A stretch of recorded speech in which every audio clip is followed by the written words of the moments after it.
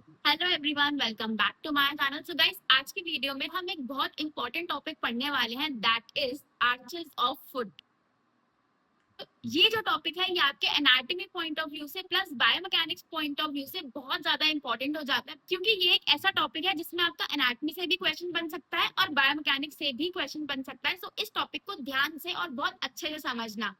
And हाँ, यहाँ पे मैं जो भी पढ़ाने वाली हूँ, जहां से पढ़ाने वाली हूँ, उन सारी चीजों का रेफरेंस आपको इस वीडियो के एंड में मिल जाएगा। सो अगर आप जानना चाहते हो कि ये सारी इन्फॉर्मेशन जो मैं आपको पढ़ाने वाली हूँ मैंने कहाँ से लिया है, तो इन सबका रेफरेंस आपको इस वीडियो के एंड में मिलेगा। आप जल्दी से पढ़ना स्टार्ट करते हैं आर्चेस ऑफ फुट।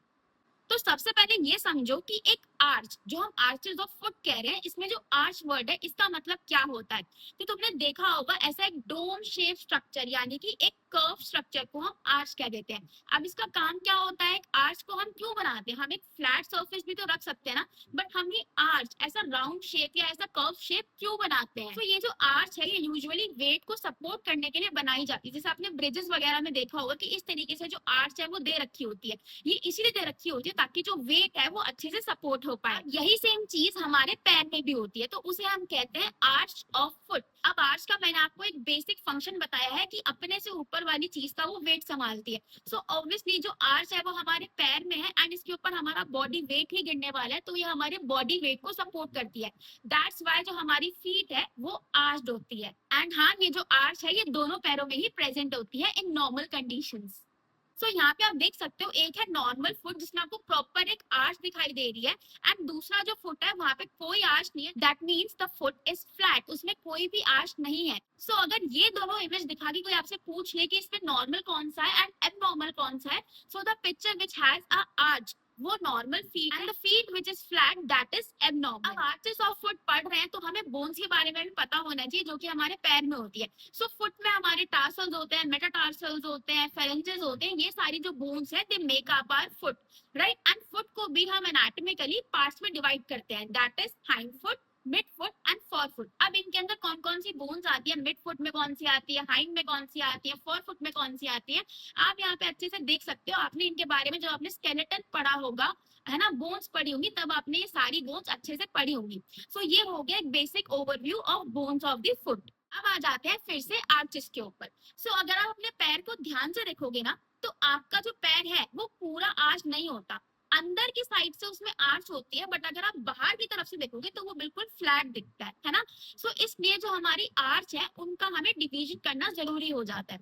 सो हम आर्चेस को डिवाइड करते हैं दो तरीके से, एक होता है वर्टिकली या लॉन्गिट्यूडनली एंड दूसरा होता है हॉरिजॉन्टली या ट्रांसवर्सली, राइट। सो हमारा जो पैर है बेसिकली उसे हमने एक क्रॉस के शेप में डिवाइड कर दिया है। जो ऐसे वर्टिकल लाइन जा रही है उसे हम कह देते हैं लॉन्गिट्यूडनल आर्च, एंड जो ट्रांसवर्स लाइन जा रही है, जो हॉरिजॉन्टल लाइन जा रही है, उसे हम कह देते हैं ट्रांसवर्स आर्च। सो अगर आपसे कोई पूछे आर्च का क्लासिफिकेशन इन फुट, तो आपको ये बताना है। अब इस इमेज को ध्यान से देखो, अगर आप पैर को ऐसे दो पार्ट्स में डिवाइड कर देते हो, यानी कि वर्टिकली अगर आप पैर को दो पार्ट्स में डिवाइड करोगे तो आपका पैर दो पार्ट्स में बट जाएगा, लेफ्ट और राइट, है ना। सो ये हो गया हमारा लॉन्गिट्यूडनल आर्च, मतलब कि अगर मैं पैर को वर्टिकली डिवाइड करूंगी so my feet is split between two parts, ठीक है। अब मैं आपको अभी समझाने के लिए इसे लेफ्ट एंड राइट कह रही हूँ, बट अगर मैं मेडिकल टर्म्स में बात करूं, अगर मैं एनाटॉमी के टर्म्स में बात करूं, तो एक हो जाता है मीडियल पार्ट एंड एक हो जाता है लेटरल पार्ट। मीडियल पार्ट आप सबको पता है क्या होता है, which is towards the body. तो जो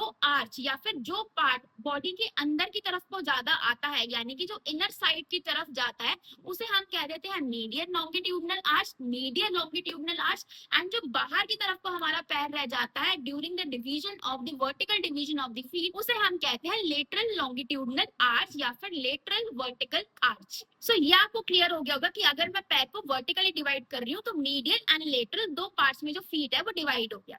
अब आ जाते हैं ट्रांसवर्स या वर्टिकल आर्च के ऊपर। सो अगर मैं पैर को ऐसे ट्रांसवर्सली या फिर हॉरिजॉन्टली डिवाइड कर रही हूँ, तो मेरे जो पैर है वो दो पार्ट्स में डिवाइड होंगे, एक हो गया एंटीरियर और एक हो गया पोस्टीरियर। सो जो पोस्टीरियर वाला पार्ट है उसका मतलब क्या हुआ कि जो पीछे की तरफ आपका पैर आ रहा है that is the posterior part, and जो आगे की तरफ जा रहा है जिसमें आपकी फेरेंजेस और मेटाटार्सल्स आ जाते हैं that is the anterior part. तो आगे वाले को हम क्या कह देते हैं, एंटीरियर ट्रांसवर्स आर्च, एंड पीछे वाले को क्या कह देते हैं, posterior transverse arch. So I think अब इन डायग्राम आपको क्लियर हो गया होगा कि लॉन्गिट्यूडनल एंड जो सो आई थिंक इन डायग्राम से को क्लियर हो गया होगा कि जो लॉन्गिट्यूडनल एंड हॉरिजॉन्टल आर्च होती हैं वो क्या होती हैं एंड वो आपके फीट को कौन कौन से पार्ट्स में डिवाइड करती है, राइट। अब आगे बढ़ते हैं। सो अब जब हम आर्चेस ऑफ फुट पढ़ रहे होते हैं तो कुछ टर्मिनोलॉजीज हैं, यानी कि ये कुछ वर्ड्स हैं जो बार बार आगे रिपीट होते हैं जब हम आर्च पढ़ रहे होते हैं। तो इन वर्ड्स को एक बार अच्छे से समझ लेते हैं कि ये क्या होते हैं। तो सबसे पहला वर्ड जो है दैट इज समिट। अब समिट क्या होता है? एपेक्स। एपेक्स से क्या मतलब हुआ कि हाईएस्ट पॉइंट। तो सपोज अगर ये एक आर्च है, ये राउंडेड आर्च है, तो इसका हाईएस्ट पॉइंट क्या होगा? जो सेंटर वाला पॉइंट होगा that will be the highest. इसके एंड्स तो हाईएस्ट नहीं होंगे, जो बीच वाला पार्ट है that will be the highest, तो उसे हम कह देते हैं समिट। देन आ जाता है एंड्स। अब अगर इस तरीके से एक आर्क जा रही है तो ये तो हो गया समिट जो कि हाईएस्ट पॉइंट है, बट इसका जो लोएस्ट पॉइंट है, जो इसके दो छोर है, उन्हें हम क्या कहते हैं? एंड्स। तो एंड्स क्या डिनोट कर रहा है कि जो आर्च है जो ऐसे राउंडेड है उसके एंड यानी कि उसके आखिरी पार्ट्स को हम एंड्स कहते हैं। The next term which comes is the pillar. Pillar क्या होता है? एक स्ट्रॉन्ग कॉलम होता है जो कि आपको बहुत अच्छी स्टेबिलिटी और सपोर्ट प्रोवाइड करता है। सो अगर मैं अपने पैर की बात करूं तो पैर में हमें स्टेबिलिटी और वो सब कौन देगा? तो जो बोन्स है वही आपके पिलर बनेंगे, राइट। तो जो पिलर है हमेशा वो बोन्स बनती हैं। नेक्स्ट टर्म जो आती है दैट इज टाई बीम्स। अब ये टाई बीम्स क्या होता है? सो देखो जैसे ये एक आर्च है ना, ये एक आर्च जा रही है, तो जो इसके एंड्स हमने पढ़े, अगर इन एंड्स को हम बांध के नहीं रखेंगे तो ये एक एंड आगे चला जाएगा, पीछे वाला एंड पीछे को भाग जाएगा, तो ये जो पूरी आर्च है ये तो खराब हो जाएगी, है ना। तो क्या होता है, इन दोनों एंड्स को पकड़ने के लिए भी, इन दोनों एंड्स को जोड़ने के लिए भी तो कोई कनेक्शन होना चाहिए, तो उन्हें हम क्या कह देते हैं? Tie beams. कि जो ये एंड्स हैं ये आपस में जुड़े रहें और ये दूर दूर ना भागे। Next is the intersegmental ties. अब ये इंटरसेगमेंटल टाइज देखो नाम से ही समझ आ रहा है, इंटर मतलब दो चीजों के बीच में, एंड सेगमेंटल यानी कि दो सेगमेंट्स के बीच में जो टाइज है, जो बांध रहा है, उसे हम कहते हैं इंटरसेगमेंटल टाइज। सो अगर हम फुट की बात करें तो ये बहुत सारी छोटी छोटी बोन से मिलकर बनता है ना। और ये जो बोन्स हैं ये ऐसे तो है नहीं कि एक बिग रॉक, एंड ऐसा तो है नहीं कि ये एक सिंगल रिजिड स्ट्रक्चर है जिससे हमारा फुट बना है। हमारा फुट बहुत छोटी छोटी अलग अलग बोन से बना है, तो उन सबको भी तो आपस में पकड़ के रखना है, नहीं तो जो आर्च की शेप है वो बन ही नहीं पाएगी। सो हमने एंड्स को तो कनेक्ट कर दिया, बट जो बीच में छोटे छोटे सेगमेंट्स हैं हमें उन्हें भी कनेक्ट करना है, तो वो कौन कनेक्ट करता है? Intersegmental ties. ठीक है। सो स्लिंग क्या होता है? जिसके ऊपर अपन कोई चीज टांग सके, दैट इज स्लिंग बेसिकली। सो अब बात करते हैं in detail about the longitudinal arch. तो मैं जैसा कि आपको बता चुकी हूँ, जो लॉन्गिट्यूडनल आर्च है वो एक वर्टिकल लाइन जा रही है which is bisecting your foot, है ना। सो ये हमारे फुट को दो पार्ट्स में डिवाइड करती है। अंदर वाली साइड को मीडियल हम कह देते हैं, एंड जो बाहर वाली साइड है उसे हम लेटरल लॉन्गिट्यूडनल आर्च बोलते हैं। सो अगर मीडियल और लेटरल लॉन्गिट्यूडनल आर्च में हमें कंपैरिजन करना हो कि ज्यादा अच्छा आर्च किस में दिखता है, तो अपना पैर देखो। अंदर की तरफ से आपका जो पैर है वो उठा हुआ होता है, बट बाहर की तरफ से जो आपका पैर है वो बिल्कुल फ्लैट होता है। यानी कि जो आर्च है वो किस तरफ ज्यादा प्रोमिनेंट है? मीडियल साइड में ज्यादा प्रोमिनेंट है as compare to the lateral side. So ये एक ध्यान रखने वाली बात है जो आपको एग्जाम में पूछी जा सकती है। ये क्वेश्चन वाइवा में भी आता है और थ्योरी में भी आता है, सो इसको अच्छे से नोट डाउन कर लेना। सो अब ये जो medial and lateral longitudinal arch है, इनके बीच में क्या क्या डिफरेंसेस होते हैं हम ये समझते हैं। तो एक डिफरेंस तो मैंने आपको पहले ही बता दिया कि जो मीडियल वाली आर्च है उसकी जो आर्च है वो ज्यादा होती है as compare to the lateral longitudinal arch, right. दूसरा क्या होता है कि जो आपकी मीडियल साइड की आर्च होती है it is more mobile, and जो लेटरल साइड की होती है इट इज लेस मोबाइल। अब क्योंकि ये जो लेटरल वाली आर्च है ये लेस मोबाइल है, दैट मीन्स कि ये रिजिड होगी। अब ये जो लेटरल वाली आर्च है ये लेस मोबाइल है, दैट मीन्स इसके जो स्ट्रक्चर्स हैं वो बहुत रिजिड होंगे, वो जल्दी से मूवमेंट नहीं कर पाएंगे। सो अगर मूवमेंट जहाँ पे कम होती है ना, हमेशा याद रखना वहां पे स्टेबिलिटी हमेशा ज्यादा होती है throughout our body, right. So अगर कहीं पे मोबिलिटी कम है दैट मीन्स वो क्या कर रहा है? वो हमारे बॉडी वेट को कैरी ओवर कर रहा है, वो स्टेबिलिटी प्रोवाइड कर रहा है हमें ज्यादा, ठीक है। वही अगर हम बात करें मीडियल लॉन्गिट्यूडनल आर्च की, तो वहां पे क्या है? वहां पे मोबिलिटी ज्यादा है, दैट मीन्स जो बोन्स है वो इतनी रिजिड नहीं है, वहां पे उनके बीच में फ्लेक्सिबिलिटी है। एंड यहाँ पे क्या काम होगा? फिर शॉक एब्जॉर्प्शन का काम होगा। तो जब आप पैर अपना ऐसे रखते हो, अगर आपने फेजेस ऑफ गेट साइकिल पढ़े होंगे तो आपको पता होगा कि जब फुट फ्लैट होता है, मिड स्टैंड होता है, तो आपका जो फुट है वो कंप्लीट ग्राउंड पे आके लगता है। तो वहां पे उस टाइम पे शॉक एब्जॉर्प्शन के लिए आपकी मीडियल लॉन्गिट्यूडनल आर्च जो है इट इज मोर रिस्पॉन्सिबल। सो ये तो हो गया एक बेसिक डिफरेंस दोनों के बीच का। अब एनाटॉमी वाइज हम पता करते हैं इनको। जैसा मैंने आपको बताया कि ये लॉन्गिट्यूडनल एंड मीडियल आर्च है, तो इनका भी एक एंटीरियर एंड होगा, एक पोस्टीरियर एंड होगा। तो जो एंटीरियर एंड है मीडियल लॉन्गिट्यूडनल आर्च का, वो किससे बनेगा? सोच के देखो, आप सिर्फ इमेज को देखो। सो इमेज में अगर आप ध्यान से देखोगे तो आगे की तरफ को कौन सी बोन्स आती है? हमेशा फेरेंजेस आती हैं एंड मेटाटार्सल्स आते हैं, है ना, क्योंकि टार्सल्स तो पीछे की तरफ आएंगे। तो अगर मैं मीडियल साइड के एंटीरियर पार्ट पे जाती हूँ तो मुझे क्या मिलेगा? मुझे मेटाटार्सल्स मिलेंगे। So head of first, second and third metatarsal bone मेरे मीडियल लॉन्गिट्यूडनल आर्च का एंटीरियर हेड बना रहे हैं, एंटीरियर एंड बना रहे हैं। वहीं अगर मैं लेटरल लॉन्गिट्यूडनल आर्च की तरफ देखूं तो उसका एंटीरियर एंड कौन बनाएगा? फोर्थ और फिफ्थ मेटाटार्सल के हेड। ठीक है, सिंपल, वेरी क्लियर। अब आ जाते हैं पोस्टीरियर वाले पे कि भाई जो लेटरल लॉन्गिट्यूडनल आर्च है उसको अगर मैं पीछे की तरफ देखूंगी, उसके पीछे क्या आएगा? तो क्या आएगा? कैल्केनियम आएगी, क्योंकि कैल्केनियम सबसे पीछे है। कैल्केनियम का कौन सा पार्ट आएगा? लेटरल ट्यूबरकल आएगा। वहीं अगर मैं मीडियल लॉन्गिट्यूडनल आर्च का पोस्टीरियर एंड देखूंगी, इसके सबसे लास्ट में क्या आएगा? तो क्या आएगा? ऑब्वियसली कैल्केनियम ही आएगा, क्योंकि फुट के एंड में कौन सी बोन है? कैल्केनियम ही तो है। कैल्केनियम का कौन सा ट्यूबरकल आएगा? मीडियल ट्यूबरकल आएगा। अब बात करते हैं समिट की। तो समिट मैंने आपको बताया था कि जो आर्च होती है उसका हाईएस्ट पॉइंट होता है। सो मीडियल लॉन्गिट्यूडनल आर्च में समिट क्या होगा? हाईएस्ट पॉइंट क्या होगा? हाईएस्ट पॉइंट मतलब यहाँ पे कौन सी बोन है जो सबसे ऊपर आएगी? सो टैलस की जो सुपीरियर आर्टिकुलर सरफेस है वो आपका समिट बनाती है मीडियल लॉन्गिट्यूडनल आर्च का। एंड वही लेटर लॉन्गिट्यूडनल आर्च की अगर मैं बात करूं तो वहां पे जो कैल्केनियम की सुपीरियर सरफेस है उसके ऊपर जो आर्टिकुलर फेसेट है वो आपका बनाती है summit of the lateral longitudinal arch. So basically ये जो सारी इंफॉर्मेशन मैं आपको दे रही हूँ, अगर आप इनको सिर्फ इमेजेस के थ्रू याद रखोगे तो आपको इजीली ये सारी बातें याद हो जाएंगी। अगर आप इनको रट्टा मार के याद करने की कोशिश करोगे तो आपके लिए बहुत ज्यादा डिफिकल्ट हो जाएगा। तो प्लीज वो गलती मत करना। इसीलिए मैंने इस वीडियो के अंदर बहुत सारी इमेजेस डाली है ताकि आपको एक विजुअल क्लैरिटी मिल जाए कि अगर मैं बोल रही हूँ कोई चीज तो वो कैसे कैसे आप मतलब आप रिलेट कर पाओगे यहाँ पे देख के कि मैं क्या बोल रही हूँ और आप क्या समझ रहे हो, राइट। सो कोई इसमें कंफ्यूजन नहीं होना चाहिए। अब वही पिलर की बात करते हैं, जो कि मैंने आपको जब टर्म समझा रही थी तब ये टर्म आई थी पिलर वाली। सो anterior pillar and posterior pillar. तो हम बात करते हैं सबसे पहले मीडियल लॉन्गिट्यूडनल आर्च का। तो मीडियल लॉन्गिट्यूडनल आर्च का एंटीरियर पिलर कौन कौन सी बोन्स बनाएंगी? Talus, navicular, three cuneiforms and 1 2 3, यानी कि 1 2 3 मेटाटार्सल, राइट। अब इसका पोस्टीरियर पिलर कौन कौन सी बोन्स बनाएंगी? कैल्केनियम का medial half, right. So this is about the medial longitudinal arch. अब आ जाते हैं लेटरल लॉन्गिट्यूडनल आर्च के ऊपर। सो इसका एंटीरियर एंड कौन बनाएगा? Fourth and fifth metatarsal plus the cuboid bone. अब इसका जो पोस्टीरियर एंड है वो कौन बनाएगा? Lateral half of the calcaneum, right? So this is about the anterior and posterior pillar of the longitudinal arch. अब हम बात करते हैं अबाउट द मेन जॉइंट। इन दोनों आर्चेस में मेन जॉइंट्स कौन कौन से आपको देखने को मिलते हैं? सो अगर आप इस इमेज पे ही ध्यान से देखोगे तो ही आपको समझ आ जाएगा। अगर आप मीडियल वाले आर्च की तरफ देखोगे तो वहां पे जो आपका मेन जॉइंट है that is talocalcaneonavicular joint. And वहीं अगर आप लेटरल वाली आर्च की तरफ देखोगे तो वहां पे जो जॉइंट है आपका that is कैल्केनियो cuboid joint.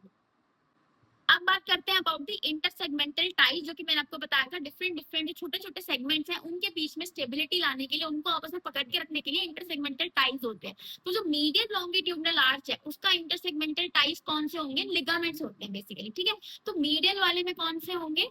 Spring ligament. And lateral वाले में कौन सा होगा? Long and short plantar ligament. So यहाँ पे आप इमेज में ये दोनों ही लिगामेंट्स देख सकते हो। अब बात करते हैं टाई बीम्स की। टाई बीम्स क्या होते हैं कि अगर एक आर्च है तो उन दोनों के जो एंड्स है उनको ये जोड़ के रखने में काम करते हैं। सो आपकी जो मीडियल वाली आर्च है उसके टाई बीम्स कौन कौन से होंगे यहाँ पे? So plantar aponeurosis, abductor hallucis and medial part of the flexor digitorum brevis muscle. वही अगर हम बात करें लेटरल वाली आर्च की तो उसके आपके टाई बीम्स कौन कौन से होंगे? Planter aponeurosis, abductor digiti minimi and lateral part of the flexor digitorum brevis muscle. So these are the tie beams for the medial and lateral longitudinal arches. यहाँ पे सेम सिमिलरली स्लिंग्स और suspension के बारे में मैंने बात करी है यहाँ पे। सो स्लिंग्स कौन कौन सी होंगी मीडियल वाले की? tibialis posterior, flexor hallucis longus and flexor digitorum longus. and lateral वाले की कौन कौन सी होंगी? peroneus longus and peroneus brevis, because obviously these muscles are present on the lateral side of the foot. So this was all about the longitudinal arches. Now we will talk about the transverse arches. So transverse arches के बारे में मैंने आपको पहले ही थोड़ा brief बताया था when we discussed about the classification of arches. So transverse arch is basically an imaginary horizontal line which divides the foot into two parts, anterior part and the posterior part, right? So you can see in this image also. So the part which is present in the front is known as the anterior transverse arch, and the part which is present behind or posteriorly, it is known as the posterior transverse arch. अब इन दोनों arches में से कौन सी ज्यादा prominent है? जो आपकी anterior वाली आर्च है ना, it is more prominent than the posterior वाली आर्च। सेम जैसा हमने मीडियल और लेटरल आर्च में पढ़ा था कि the medial arch is more prominent than the lateral one. Similarly जो आपकी एंटीरियर वाली आर्च है, it is more prominent than the posterior one. आपकी जो एंटीरियर आर्च है, it is basically a complete arch, मतलब पूरा इस तरीके से आपको आर्च दिखेगी। वेयर एज अगर आप पोस्टीरियर आर्च देखोगे ना, तो वो इनकम्प्लीट होती है, वो पूरी आर्च नहीं होती। सो अगर कोई क्वेश्चन पूछता है आपसे कि इनकम्प्लीट आर्च कौन सी होती है, तो आप क्या बताओगे? Posterior transverse arch. अब हम देखते हैं कि कौन कौन से बोनी स्ट्रक्चर्स इन आर्चेस को बनाते हैं। तो सबसे पहले बात करते हैं एंटीरियर आर्च की। अब एंटीरियरली कौन कौन सी बोन्स हमारी प्रेजेंट होती हैं? मेटाटार्सल्स ही प्रेजेंट होते हैं। सो 1 to 5 यानी कि पांचों मेटाटार्सल से हमारी एंटीरियर आर्च बनती है। पोस्टीरियरली कौन कौन सी बोन्स प्रेजेंट होती हैं, आपको यहाँ इमेज में भी दिख रहा होगा। सो नेविकुलर, तीनों क्यूनिफॉर्म, एंड जो आपका बेस है मेटाटार्सल्स का, ऑफ ऑल दी मेटाटार्सल्स, वो मिलके बनाते हैं आपकी पोस्टीरियर आर्च। देन हम बात करते हैं टाई बीम्स की, कि इनके एंड्स को कौन जोड़ रहा है, राइट? सो हम एंटीरियर वाले की बात करते हैं, तो वहां पे जो आपकी टाई बीम है वो क्या है? सो अगर हम एंटीरियर वाले की बात करते हैं, तो वहां पे कौन सा टाई बीम है आपका? Adductor hallucis and deep transverse metatarsal ligament. Whereas posterior वाले में कौन कौन से टाई बीम्स हैं आपके? flexor hallucis brevis, intertarsal ligament, and tarsometatarsal ligament. So these are the tie beams for the posterior arch. So यहाँ पे आप देख सकते हो दोनों ही anterior and posterior arches के tie beams. देन हम बात करते हैं स्लिंग की। तो जो आपकी एंटीरियर आर्च होती है, उसमें स्लिंग कौन सी मसल होती है? Peroneus longus and tibialis posterior. क्योंकि वेरास पोस्टीरियर वाले पे कौन सी स्लिंग होती है? Peroneus longus and tibialis posterior the same. तो यहाँ पे आप देख सकते हो इन मसल्स का ओरिजिन एंड इंसर्शन एंड कैसे ये एक स्लिंग का काम कर रही है यहाँ पे। सो अब बात करते हैं फंक्शन ऑफ आर्चेस। तो अगर आपने ये वीडियो अभी तक ध्यान से देखा होगा, तो 2-3 फंक्शंस तो आप ही मुझे बता दोगे आर्चेस का। सबसे पहला क्या है कि ये आपका जो बॉडी का वेट है उसे सपोर्ट करता है, right? So first is it supports the weight of your body. उसके बाद मैंने आपको बताया था कि जब का मीडियम लॉन्गिट्यूडनल आर्च है, वो शॉक एब्जॉर्प्शन में काम करता है। जब आप गेट साइकिल में चल रहे होते हैं, जो फुट फ्लैट होता है, हील ऑफ होता है, टो स्ट्राइक होता है ना, इतने सारे जो फेजेस है गेट साइकिल, तो उसमें जो शॉक एब्जॉर्प्शन वाला फेज आता है, तो वहां पे मीडियम लॉन्गिट्यूडनल आर्च का काम आता है। तो एक हो गया कि ये बॉडी वेट को सपोर्ट कर रहा है, राइट? दूसरा क्या होगा? दूसरा ये हो गया कि ये शॉक एब्जॉर्प्शन में भी काम कर रहा है। एंड क्योंकि शॉक एब्जॉर्प्शन एक इंपॉर्टेंट कॉम्पोनेंट है ड्यूरिंग योर गेट साइकिल, सो ये चलने में भी आपकी हेल्प कर रहा है। सो अगर आपके पैर में शॉक एब्जॉर्प्शन या फिर वेट का जो ट्रांसमिशन है वो अच्छे से नहीं हो पाएगा, तो आप अच्छे से प्रोपेल नहीं कर पाओगे, चल नहीं पाओगे, आपकी जो गेट साइकिल है eventually it will be disturb, right? So आपके चलने में, भागने में, दौड़ने में, हर चीज में आपके जो फीट है या फिर फीट में जो आपकी आर्च है, ये आपको हेल्प कर रही है, राइट? तो ये 3 फंक्शन हो गए। इसके अलावा क्या फंक्शन हुआ कि आपको अनइवन सर्फेसिस पे भी चलना होता है। ऐसा तो है नहीं कि हर बार आप हमेशा प्लेन सर्फेस पे चलते हो, सर्फेसिस अनइवन भी होती है, तो वहां पे आपकी जो फीट की पोजीशन है वो भी अपने आप एडजस्ट हो जाती है because of these arches. And lastly क्या है कि हमारे पैर में सिर्फ बोन्स या मसल्स तो है नहीं, बहुत सारी चीजें और भी हैं, जैसे कि नर्व्स हो गए, लिगामेंट्स हो गए, है ना, आर्टरीज हो गई, वेन्स हो गई, इतनी सारी चीजें हमारे पैर में होती है। तो उनके लिए क्या होता है, ये एक प्रोटेक्शन प्रोवाइड कर देता है ताकि उनका जो कंप्रेशन है वो जल्दी से ना हो पाए, right? So these are the functions of your arches. मैंने आपको इस वीडियो की स्टार्टिंग में एक इमेज दिखाई थी जहां पे मैंने आपको बताया था कि ये एक नॉर्मल फीट है एंड ये एक एबनॉर्मल फीट है, क्योंकि जो इसकी आर्च है वो नहीं है। अब सिर्फ आर्च ना होना या आर्च कम हो जाना एबनॉर्मेलिटी नहीं होती। तो जब आपकी जो आर्च है वो बिल्कुल फ्लैट हो जाती है, उसे हम क्या कहते हैं? पेस प्लानस या फिर फुट फ्लैट। दूसरा क्या होता है कि आर्च अगर नॉर्मल रहे तो ही अच्छी लगती है, बट अगर वो बहुत ज्यादा बड़ी आर्च बन जाएगी तो भी वो दिक्कत होती है। उसे हम क्या कहते हैं? पेस्ट केवस या फिर high arched feet. Next is talipes equinus. Talipes equinus, उसमें क्या होता है कि जो इंडिविजुअल है वो टो वॉकिंग करता है, यानी कि जो पैर के आगे की उंगलियां हैं, मेटाटार्सल्स के हेड है, फेरेंजेस है, उनके ऊपर पूरा वेट डालता है। पीछे जो उसका फीट है वो वेट सपोर्ट नहीं करता। So that is talipes equinus. And इस कंडीशन में भी आपकी जो आर्चेस है वो डिस्टॉर्ट हो जाती है। दूसरा क्या होता है? टेलिपीस कैलकेनियस, राइट। टेलिपीस कैलकेनियस में क्या होता है कि जो इंडिविजुअल है वो हील वॉकिंग करता है, यानी कि जो आपका आगे का पैर है वो ऊपर की तरफ होता है, राइट। सो इस कंडीशन में भी जो आपकी आर्च है वो डिस्टॉर्ट हो जाती है। Next condition is talipes varus.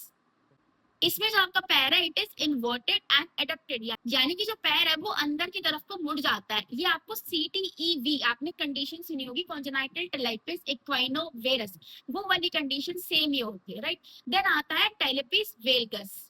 इसमें जो आपका पैर है वो ऐसे बाहर की तरफ मुड़े हुए होते हैं, यानी कि everted and abducted. So this condition is known as talipes valgus. So ये सारी क्लिनिकल एनाटॉमी है जिसमें आपकी जो आर्चेस ऑफ फुट है या फिर जो फुट की शेप है it is completely distorted and आपकी जो आर्चेस के फंक्शन है उनमें से कोई भी फंक्शन फुलफिल नहीं हो पाता।